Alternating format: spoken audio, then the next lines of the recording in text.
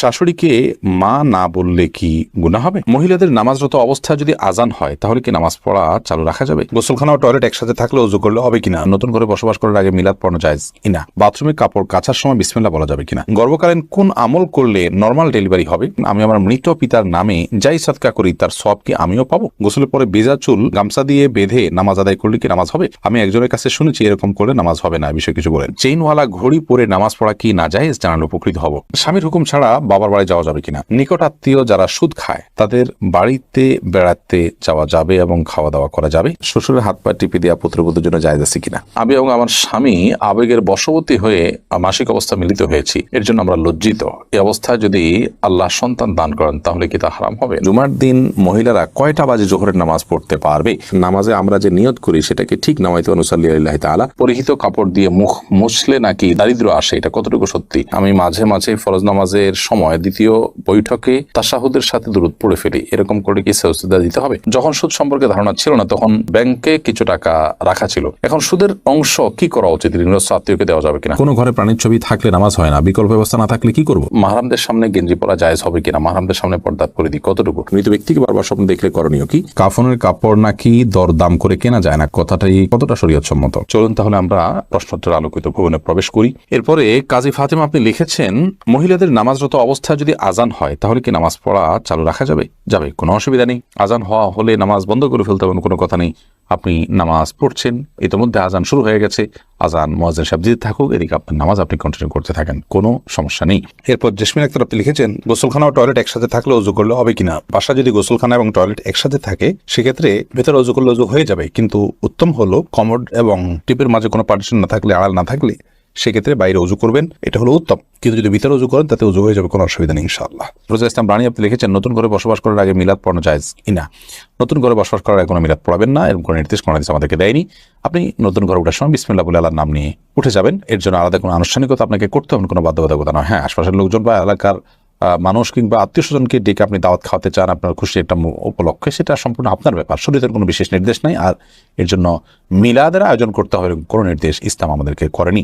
শিরিনা বেগম আপনি লিখেছেন, পুরুষের কি রূপার আংটি পড়তে পারবে? জি, পুরুষের রূপার আংটি পড়তে পারবে এবং এটি বিভিন্ন বর্ণনা দ্বারা সাব্যস্ত হয়েছে। এরপরে নুসরাত মাহি আপনি লিখেছেন, আমি আমার মৃত পিতার নামে যাই সাদকা করি তার সওয়াব কি আমিও পাবো? আপনার মৃত পিতার নামে যে সাদকা আপনি করবেন, আশা করা যায় আল্লাহ রাব্বুল আলামিন আপনাকেও এক্সট্রা হিসাবে তার সাদকার সওয়াব দিবেন, কারণ আপনি যেহেতু পরিশ্রম করেছেন, আপনি যেহেতু কষ্ট করেছেন, আল্লাহ রাব্বুল আলামিন সেজন্য আপনাকে বঞ্চিত করবেন না, কারণ আল্লাহ রাব্বুল আলামিন কাউকে তার পরিশ্রমকে পণ্ড বা ব্যর্থ হতে দেন না যতক্ষণ পর্যন্ত সেটি আল্লাহ সন্তোষের জন্য হবে এবং সঠিক নিয়মে হবে। আপনি ফরহাদ হোসেন আপনি লিখেছেন, বাথরুমে কাপড় কাচার সময় বিসমিল্লাহ বলা যাবে কিনা? বাথরুমে কাপড় কাচার সময় বিসমিল্লাহ বলবেন, বিশেষ করে যখন কমোডের সাথে আপনার ওই জায়গার পার্টিশন থাকবে।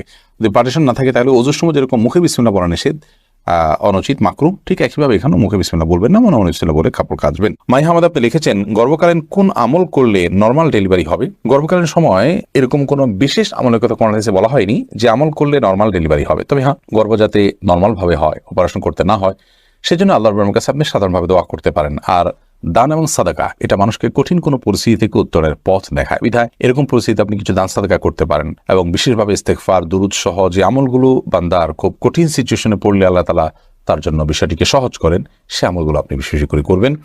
আল্লাহ তাআলার কাছে সাধারণভাবে দোয়া করতে থাকবেন। এছাড়া সুনির্দিষ্ট কোনো দোয়া বা আমল কোন হাদিস আমাদেরকে শেখায়নি যেটার মাধ্যমে নরমাল ডেলিভারি হবে। মিথিলা মলি আপনি লিখেছেন, রাস্তার পাশে কবরস্থান থাকলে নাপাক অবস্থায় গেলে কি গুনাহ হবে?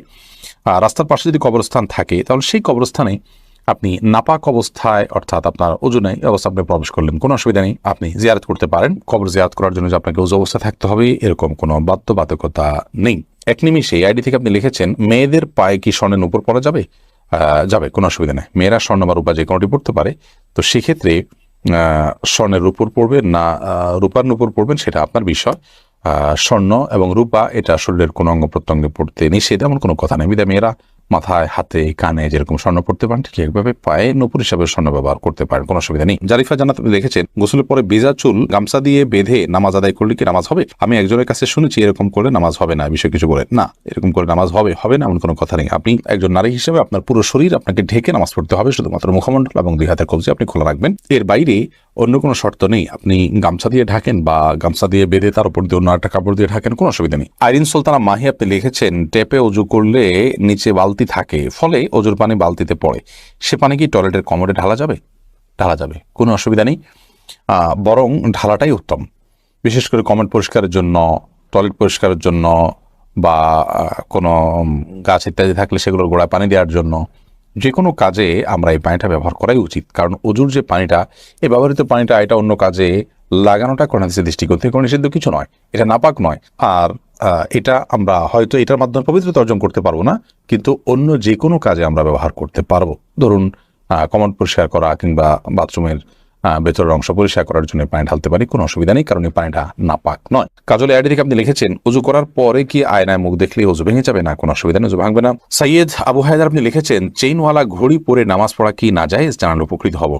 না, চেইনওয়ালা ঘড়ি পরে নামাজ পড়লে যেটা নাজায়েজ হবে এমন কোনো কথা নেই।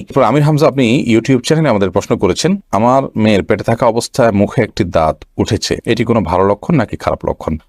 সন্তান গর্ভে থাকা অবস্থায় যদি মুখে দাঁত উঠে সেটা কোনো খারাপ বা ভালো লক্ষণ নয়। এটার ডাক্তারি কোনো ব্যাখ্যা আছে কিনা সে ব্যাখ্যা আপনি জানার চেষ্টা করবেন। এর বাইরে এটাকে অন্তত কুলক্ষণ মনে করার কোনো সুযোগ নেই, কারণ ইসলাম আসলে কোনো কুলক্ষণে বিশ্বাস করে না। এরপরে মার্জিয়া শেলি আপনি লিখেছেন, নিকট আত্মীয় যারা সুদ খায় তাদের বাড়িতে বেড়াতে যাওয়া যাবে এবং খাওয়া দাওয়া করা যাবে। নিকটাত্মীয় যারা সুদের সাথে জড়িত তারা তো হারামের সাথে লিপ্ত, আল্লাহ তাআলা মাফ করুন। এই সুদের সাথে জড়িত হলে, হারামের সাথে যদি লিপ্ত থাকে, তাদের উপার্জন শুধুই হারাম হয়, তাহলে সেক্ষেত্রে তাদের বাড়িতে আপনি যেতে পারেন, কিন্তু তাদের খাওয়া দাওয়াটাকে কৌশল আপনি অ্যাভয়েড করবেন। আর যদি তাদের অন্য হালাল উপার্জন থাকে, তাহলে সেক্ষেত্রে হালাল উপার্জন পরিমাণ বেশি থাকলে আপনি সেখানে খেতে পারেন। আর যদি হারাম উপার্জন পরিমাণ বেশি থাকে, হালাল উপার্জন পরিমাণ কম থাকে, তাহলে খাবেন না।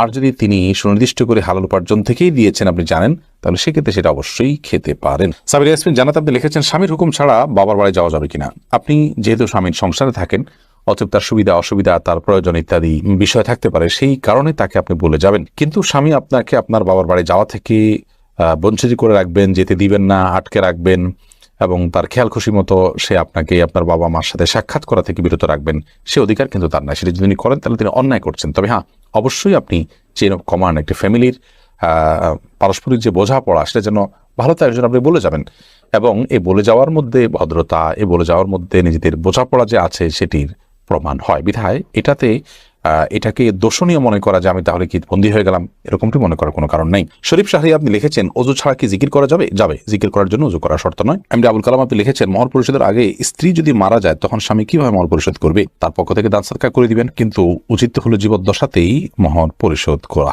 আয়েশা সিদ্দিকা আপনি ইসলাম প্রশ্নোত্তর পেজে প্রশ্ন করেছেন, মহিলাদের জন্য সব জায়গায় নামাজের ব্যবস্থা থাকে না, অনেক সময় এই কারণে নামাজ কাজা হয়ে যায়, এই জন্য কি বাড়ি থেকে বের হওয়ার আগে অগ্রিম নামাজ পড়ে বের হতে পারবো? না, অগ্রিম বের নামাজ পড়ার কোনো সুযোগ নেই, নামাজ ওয়াক্ত মতো পড়তে হবে। ইন্নাস সালাতা কানাত আলাল মুমিনিনা কিতাবাম মাওকুতা, নিশ্চয়ই নামাজ ইমানদারদের জন্য নির্দিষ্ট সময় পড়াটা আবশ্যক করা হয়েছে, বিধায় সময় মতো আপনাকে নামাজ পড়তে হবে। বাড়ি থেকে বের হওয়ার আগে আপনাকে অগ্রিম নামাজ পড়ার কোনো সুযোগ নেই। তবে হ্যাঁ, যেখানে যাচ্ছেন সেখানে নামাজের ব্যবস্থা যদি না থাকে, আপনি ব্যবস্থা করে নেবেন, প্রয়োজনে রাস্তার এক পাশে দাঁড়িয়ে যাবেন, কোন একটা ফাঁক ফোকর আপনি দাঁড়িয়ে যাবেন, কিন্তু আপনাকে অবশ্যই নামাজ পড়তে হবে সময় মতো। এরপরে কবির হোসেন আপনি লিখেছেন, শাশুড়িকে মা না বললে কি গুনাহ হবে যদি তিনি কষ্ট পান? শাশুড়িকে মা বললে তো গুনাহ হবে না, কারণ এটা তো আপনি গর্ভধারণকারিণী মা হিসাবে তাকে আপনি মা সম্বোধন করছেন, এটা সম্মানসূচকভাবে মা হিসাবে আপনি তাকে আখ্যায়িত করছেন। কারণ আপনি আপনার মায়ের নাম যেখানে সেখানে লিখতে হয়, সেখানে শাশুড়ির নাম কোথাও লেখেন না, তার মানে আপনি তাকে আপনার গর্ভধারণকারিণী মা হিসাবে স্বীকৃতি দিচ্ছেন না, বিধায় তাকে মা বলাতে কোনো অসুবিধা নেই। বললে তিনি কষ্ট পান, তাহলে সেক্ষেত্রে এরকম তো হওয়ার কথা নয়। যদি এরকম হয় তাহলে সেক্ষেত্রে আপনি বলবেন না। আপনি লিখেছেন প্রশ্নে, শাশুড়িকে মা না বললে কি গুনাহ হবে? না বললে তো কোনো গুনাহ হবে না। আপনি প্রশ্ন করার কথা যে মা বললে কি গুনাহ হবে কিনা, না বললে তো গুনার কিছু না। শাশুড়িকে আন্টি বলেন বা অন্য কিছু বলেন, তাতে কোনো অসুবিধা নেই। সাউদা উম্মে হাবিবা আইরিন আপনি লিখেছেন, জুমার দিন মহিলারা কয়টা বাজে জোহরের নামাজ পড়তে পারবে?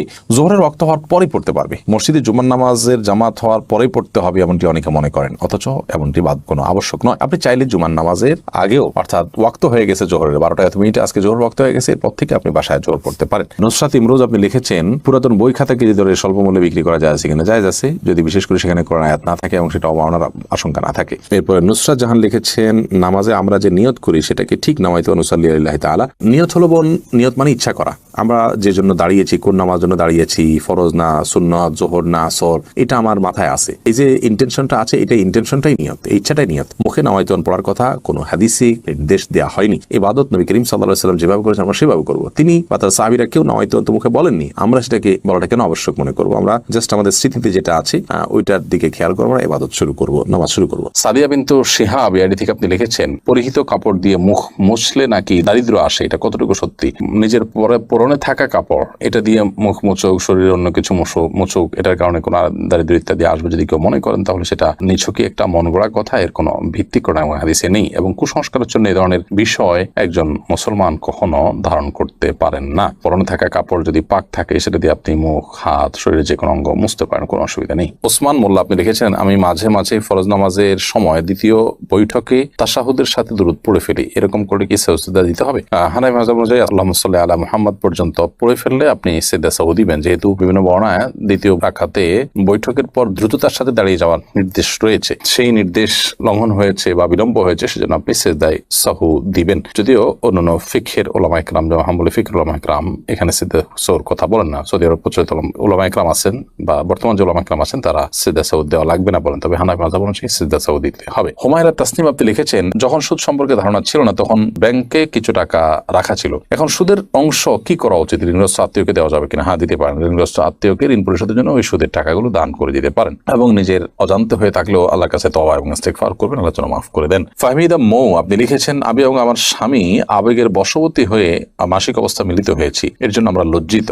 এই অবস্থায় যদি আল্লাহ সন্তান দান করেন তাহলে কি তা হারাম হবে? না, এটার কারণে সন্তান হারাম হয়ে যাবে বা অবৈধ হবে এরকম নয়। তবে এই কাজের জন্য আপনাদের অনুতপ্ত হওয়া উচিত, এবং হাদিসে বর্ণনা মতে এরকম কাজ হয়ে গেলে কিছু সাদাকা আল্লাহর রাহে, আল্লাহর ওয়াস্তে গরিবদেরকে কিছু সাদাকা করে দিবেন, কিছু দান করে দিবেন, এবং ভবিষ্যতে এ ধরনের কর্মকাণ্ড থেকে বেঁচে থাকার জন্য চেষ্টা করবেন। আল্লাহর কাছে তওবা নাসুহা করবেন, লজ্জিত হয়ে মাফ চাইবেন, সেটি যথেষ্ট ইনশাআল্লাহ তাআলা। এরপরে সুমাইয়া আক্তার সুমা আপনি লিখেছেন, কোন ঘরে প্রাণীর ছবি থাকলে নামাজ হয় না, বিকল্প ব্যবস্থা না থাকলে কি করব? যদি বিকল্প ব্যবস্থা না থাকে তাহলে সেক্ষেত্রে প্রাণীর ছবিকে ডেকে নামাজ পড়বেন। আর নামাজ হয় না বিষয়টা সেরকম না, ওই জায়গায় নামাজ পড়লে মাকরুহ হবে। বিশেষ করে যদি আপনার সালাতে সিজদার জায়গায় থাকে, সামনে থাকে, তাহলে সেক্ষেত্রে সেটা তো দৃশ্যত তাকে সিজদা করছেন এরকম আপনার মনেও আসতে পারে, বা দেখলে সেরকম দেখা যেতে পারে। এই জন্য এটা সরিয়ে নেবেন বা উপর করে রাখবেন। এভাবে বিভিন্ন ভাবে আপনি চেষ্টা করবেন। তাতেও যদি এরকমও যদি কোনো উপায় না থাকে, তাহলে আপনি ওখানে সালাত আদায় করে নামাজ হবে না, বিষয়টা সেরকম না, মাকরুহ হবে, অপছন্দনীয় হবে। সালমা আক্তার লিখেছেন, বাইরে সাধারণত হিজাব পরে, এরকম অনেক মেয়েরাও বাসায় হাফহাতা গেঞ্জি পরেন, কেউ উপরে ওড়না পরেন, অনেকে পরেন না। মাহরামদের সামনে গেঞ্জি পরা জায়েজ হবে কিনা? মাহরামদের সামনে পর্দা করে দিই কতটুকু? মাহরামদের সামনে যদি কেউ গেঞ্জি পরে চলেন তো আক্ষরিক অর্থে পর্দা হয়ে গেল, এটি শালীন পোশাকের অন্তর্ভুক্ত নয়। কারণ শরীরের অন্য অঙ্গ প্রত্যঙ্গ যেগুলো ফুটে উঠবে সেগুলো নানাবিধ ফিতনার কারণ হবে, যার কারণে এখানে এটি করা উচিত নয়। দ্বিতীয়ত, মুসলিম মেয়েদের যে শালীন সুন্দর পোশাক এবং পোশাক পরিচ্ছদের যে নীতিমালা রয়েছে সেটা আমাদের অনুসরণ করা উচিত। ফাসিক এবং কাফের মেয়েরা তাদের যে লাইফস্টাইল থাকে, সেই লাইফস্টাইল অনুসরণ, ভালো মন্দ বিচার বিশ্লেষণ ছাড়াই তাদের অনুসরণ অনুকরণ থেকে আমাদের বেঁচে থাকা দরকার। সেই জায়গা থেকে মুসলিম নারীরা একান্ত ঘরোয়া পরিবেশেও এই ধরনের পোশাক আশাক, বিশেষ করে মাহরাম ছেলে, আপনার বাবা, ভাই, তাদের সামনে পরা থেকে বিরত থাকা উচিত। আর যদি পরে না একান্তে, তাহলে সেগুলোর উপরে অন্য কোনো কাপড় চোপড় পরা উচিত। হ্যাঁ, স্বামী আছেন একান্তে বা অন্য কোনো লোক নাই, তখন তিনি পড়তে পারেন। তারপরও যে ফাসিক এবং কাফের মেয়েদের সাথে সাদৃশ্য গ্রহণ থেকে যথাসম্ভব বিরত থাকা উচিত। কারণ আমরা জানি নবী সাল্লাল্লাহু আলাইহি ওয়াসাল্লাম সেই প্রসিদ্ধ হাদিস, মান তাশাব্বাহা বিকওমিন ফাহুয়া মিনহুম, যে ব্যক্তি কোনো জাতির সাদৃশ্য গ্রহণ করে সে তাদের অন্তর্ভুক্ত হয়। হাসান মিরান আপনি লিখেছেন, জানাজা শুরু হয়ে যাচ্ছে, ওযু করতে গেলে নামাজ শেষ হয়ে যাবে, এই মুহূর্তে ওযু না থাকলে করণীয় কি? জানাজা যদি ওযু করতে গেলে আর পাওয়া যাবে না এরকম হয়, তাহলে তায়াম্মুম করে জানাজা পড়া যাবে। আর যদি ওযু করে আপনি জানাজা পাবেন মনে হয়, তাহলে সেক্ষেত্রে ওযু করে আপনি জানাজা পড়বেন। নাজমা আক্তার সাথে আপনি লিখেছেন, মৃত ব্যক্তিকে বারবার স্বপ্নে দেখলে করণীয় কি? যদি মনে হয় তিনি কষ্টে আছেন, তার পক্ষ থেকে ক্ষমা প্রার্থনা করবেন, আল্লাহর কাছে ইস্তেগফার করবেন, গরিব দুঃখীকে খাবার দিবেন, মৃত ব্যক্তির তরফ থেকে যেসব ইবাদত করা যায় সেগুলো করবেন। আর যদি এরকম কোনো কিছু মনে না হয়, তাহলে সেক্ষেত্রে এটার জন্য বিশেষ কোনো কিছু আপনার করার প্রয়োজন নেই। মৃত ব্যক্তিকে দেখলে গরিব দুঃখীকে খাদ্য দিতে হয় বা নির্দিষ্ট কিছু কাজ করতে হয়, এরকমটি আমরা অনেকে মনে করি। এরকম বিশেষ কোনো ফরম্যাট বা বিশেষ কোনো করণীয় শরীয়ত ঠিক করে দেয়নি। বিধায় এরকমটিকে আমরা সিস্টেম বানিয়ে নেওয়া বা এরকমটিকে শরিয়া নির্দেশিত কোনো কাজ মনে করার কোনো কারণ নেই, বা এরকম মনে করাটা সঠিক হবে না, সেটা ভুল হবে। শরীফুল ইসলাম, আপনি আমাদের ইউটিউব চ্যানেলে প্রশ্ন করেছেন, কাফনের কাপড় নাকি দরদাম করে কেনা যায় না, কথাটাই কতটা শরীয়ত সম্মত? এই মাসালা হয়তো কোনো কাফনের কাপড়ের ব্যবসায়ী তার সুবিধার জন্য আবিষ্কার করছে কিনা আল্লাহু আলাম। কারণ হলো এই ধরনের মাসালা থাকলে তো কাফনের কাপড়ের বিক্রেতা যারা তারা লাল হয়ে যাবে, যে কোনো দাম চাইবে, আপনি দরদাম করতে পারবেন না। মূলত এরকম কোনো কথা কোন হাদিসে বলা হয়নি। অন্য 10টি জিনিসের মতো কাফনের কাপড়ও আপনি